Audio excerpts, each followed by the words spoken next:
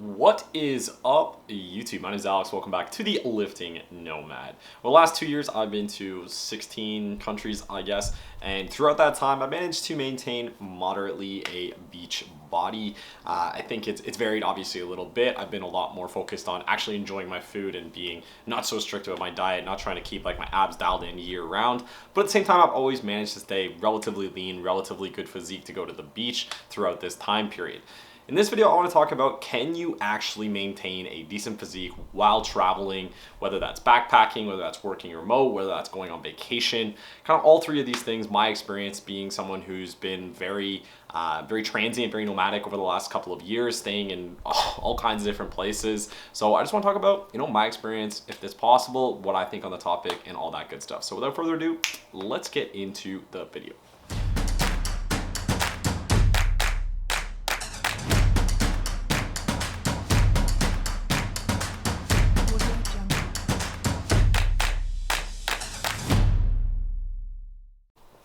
Ooh, this lighting is looking proper. So I've touched on this topic a few times in different levels of videos and different places I've been to. And just to kind of recap, I spent the winter mostly in South America, from Argentina to Uruguay to Peru to Colombia to Mexico. Last summer I lived in Portugal. Last spring I was also in Colombia. Throughout that time I also did some stints in Ireland. I guess where else did I go? Dominican, Bahamas, the US. Like, I've kind of been all over the place, mostly in the Western Hemisphere, because the time zones is just a little bit easier for me to get over there, versus like flying to Europe or flying to Asia is just a lot more expensive, takes a lot longer. And in that time, I've kind of gotten used to my routine of, am I able to travel? Am I able to stay in shape? And really the whole point of this channel is talking about those two things combined with, a little bit of work, a little bit of tequila, a little bit of sales, but mostly about how can you stay in shape while traveling. And for me, being nomadic and staying in all these different places and, staying and sleeping in different beds, working out of different gyms every week or every month or every few months, sleeping in different bedrooms, showering in different showers every few months. It's, it definitely is a challenge, and it faces, kind of puts you in this uncomfortable zone of needing to get used to a routine no matter where you are. So the first thing I do whenever I get to a new city, typically I'm traveling for anywhere from 1 to 3 months in the same place. Usually the first thing I'll try and do when I get to my new apartment, I'll try and get settled in a little bit. And that consists of basically two things. I'll try and find a good gym in that neighborhood. Ideally, I've done my research a little bit beforehand and I have an idea. I've gotten a few examples of ones I can go do some trial passes, day passes, week passes, whatever that is, to try them out and see if I'm actually going to like them in the longer term. And then what I'll do is I'll usually pop around to a few different ones in the neighborhood. Most major cities have at least a few gym options for you to try, so you're not like, pigeonholed into one that's potentially not a good fit, or maybe like you're someone who likes to spin and they only have yoga studios, or you're someone who likes to do like powerlifting, but they only have like, I don't know, kickboxing gyms or something like that. It's, I think it's really, really important and valuable to go try out some different gyms, see which one's going to work the best for you, which is going to be within your price range, which is going to be like walkable. Also the hours, here, even like right now I'm based in Toronto at home for the summer. And there's a few gyms in this neighborhood that don't open until like 10 or 11 on Saturdays. And I'm someone who likes to spend Saturdays like in the park reading, or maybe at the beach with my friends having some beers. And if I can't do that because I'm waiting for the gym to open, for me, that's kind of a deal break. So I went out and found a different gym that opens at 6 a.m. on Saturdays, which lets me just get my workout in pretty early, come back to the house, shower, change, and get ready for the day without needing to just like wait until 11 when the gym would open, at which point I'm potentially like missing a few hours of the day. Now, with that said, typically, like I said, I'll try and do a trial in the gym and I'll stick to that routine. So the big thing with me is I try not to let my my gym routine deviate that much. I basically do like a 5x5 progressive overload system on bench, deadlift and squat year round, no matter where I am, whether I'm cutting, whether I'm bulking, whether it's summer, whether it's winter. Usually the only thing that would change is like potentially the volume or my ability to just like maintain strength. If I'm in like a steep deficit trying to get shredded for beach season, may not be as easy to gain strength. So I'll likely just be, trying to maintain as much strength as I can. So I still look good on the beach, still got a little bit of a juicy ab system going on, but it's not the main focus at that point is to cut, let's say. Versus if I'm, in the winter, I'm trying to gain some size, trying to gain some muscle, maybe I up my calories a little bit, up my volume, up the weights a little bit. So I'm trying to get a little bit more progressive overload. Nothing groundbreaking. This is what most people will recommend for actually training. But the thing for me is I try and do this consistently. And then the other thing that I don't really change too much is the amount of cardio I do. I typically try and do 20 to 30 minutes of incline treadmill every single time that I train. So I'll usually lift weights from like 45 to 60 minutes, do like 20, 30 minutes of cardio, quick session of stretching at the end. So ideally I'm in and out in less than 2 hours. For me, that's like the perfect amount of time to get a good workout in, but also to not be rushed. You know, some of these gyms that are like potentially like really overpopulated, if you're like, when I was in Mexico City, there's a crazy amount of people in those gyms. So a lot of times you're waiting for machines, you're waiting for dumbbells, you're waiting for the bench press. It just takes a long time to actually get a good workout in.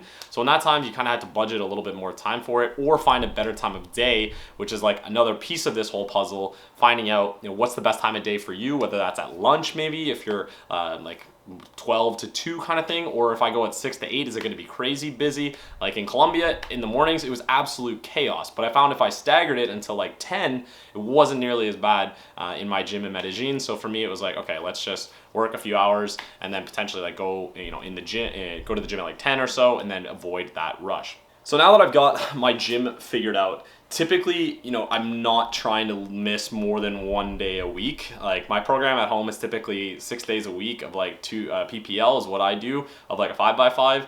Sometimes like if I'm boozing too much, or if I'm like just travel days or something like that, I may be only to do like 5, but still I'm trying to get in on those 5 days like a good full strenuous workout where I'm pushing it as hard as I can, and I'm also doing cardio on those days. And then really my diet doesn't change too much. I know like typically when I'm having alcohol, I maybe am a little bit more impulsive with my food choices and end up choosing something that's not the most healthy for me in that time. But it's, you know, important for my mental health to actually have those breaks, especially while you're traveling, seeing these cool places.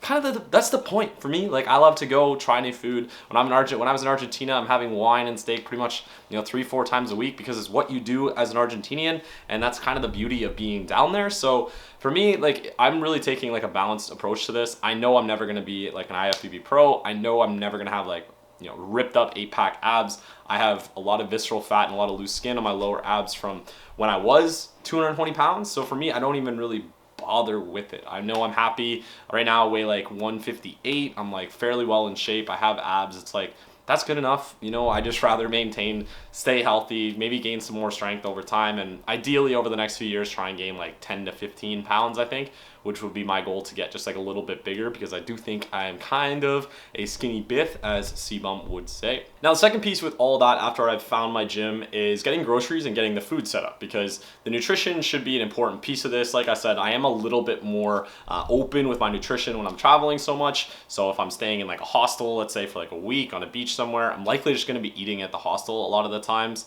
Maybe if there's a grocery store nearby, I can get some food, put it in the hostel kitchen. If I have like a private with a fridge, that's like pretty clutch. You can buy like some cooked meals from a grocery store that's going to let you at least have some options that aren't always just the restaurant where, you know, where the bar is, where then maybe you're tempted to get another pint every time you're there.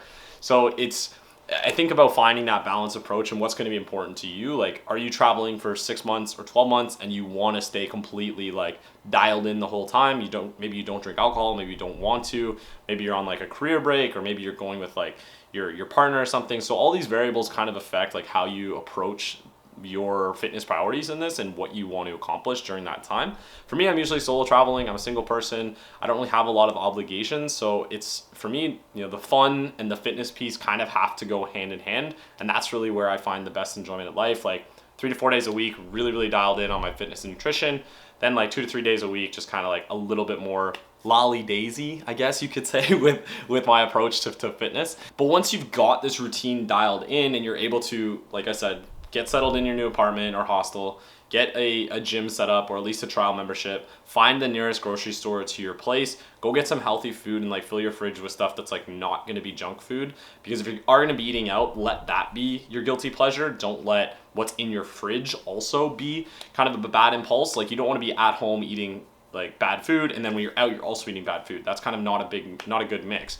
So I try and get oats and blueberries, and I'll go find a supplement store and get protein and get creatine and get like all the stuff that I would have at home. That way when I am at home and I'm just having like my breakfast or my lunch or even dinners on nights in, I have the options of having food that's going to keep me dialed in, keep me on track without putting me too far behind of what I'm looking to do. The other thing to think about is maybe you're just going on like a week vacation, and in that sense I think you can be a lot more open with your diet, because the reality is you can't, if you've been training for like 2, 3, 4, 5 years or more, and you go on a week vacation and you kind of just open up to eating whatever you want, having dessert, drinking beers every day, even in a week's time of that straight, it's not really going to set you back that much. Assuming when you get home you go right back into your normal routine, within like a week or two you're going to be back where you were before that trip. Likely at the end you're going to be a little bit bloated, maybe like from maybe some sun, and that's also like causing you to retain more water, or just like the food you were eating wasn't the best. But really it's going to be completely fine to go back to normal, and it's not going to take that long. So I wouldn't stress that much if you're just going on like a week vacation to an all-inclusive. Like obviously let yourself live, you've earned it. That's kind of the whole point of this whole thing. If you're stressing about staying in shape year round and then you go to like a beach all-inclusive and you're still like extremely strict with it, like I don't know, maybe that's your priorities, but for me, that kind of just defeats the purpose in a sense. So I'd rather just enjoy myself, take a little bit of a diet break. I think it helps your mental health reset too, when you're not always thinking about calories. Do I need more protein? What am I eating today? What am I going to eat my next meal? It can get very exhausting and actually take like a pretty bad toll on your relationship with food. So I think overall, like, can you stay in shape and travel? Absolutely. It just kind of comes down to what your expectations are of your body. Are you going to be able to maintain like an IFBB Pro body and also move around the world every single week or every single month to a different city? It's going to be extremely difficult. And for instance, I think like people like Noel, like Daddy Noel is a good example of someone who's traveled like a lot the last couple of years, but usually he's staying in places for a little bit longer to get in those routines. Because if you're just traveling every couple of days for work, or every couple of weeks, and you're just like staying in shitty places, it's going to be extremely hard to stay on track. So my advice is always stay a little bit longer if you can. If you are going to go short for a week, then I mean, Bob's your uncle, like do whatever, do whatever's going to make you happy, but just make sure you're setting proper expectations with yourself. I think Instagram has set this proposal of like fake natties who stay in the same city year in, year out, don't really travel, don't really drink alcohol, and they're just like blasting everything they have under the sun, and then they have this incredible physique that they go on Instagram and get famous with. But that's not like a realistic expectation, and I mean truthfully that's not a life like I would like to live. I mean, maybe they're happy, maybe that's good for them. I just think there's more to life than just like always staying in the gym and that being the only thing you think about, like food and training. That's it. I think there's a whole world to go exploring. There's tons of people to meet, tons of great food to have, and amazing experiences to be had that aren't just in the gym. So I think it's about kind of finding that balance and what your expectations are for you. But long story short, can you stay in shape and also travel? Of course you can. It's just going to come down to your priorities and not letting yourself get too far off track no matter where you are. So hopefully this video was useful. This is kind of my take on the balanced fitness lifestyle of like fitness, nutrition, and training and travel. If it was, feel free to leave a like or a comment in the section below. Always helps the algorithm. But as always, my name is Alex. Welcome back to the Lifting Nomad. We'll see you in the next one. Peace.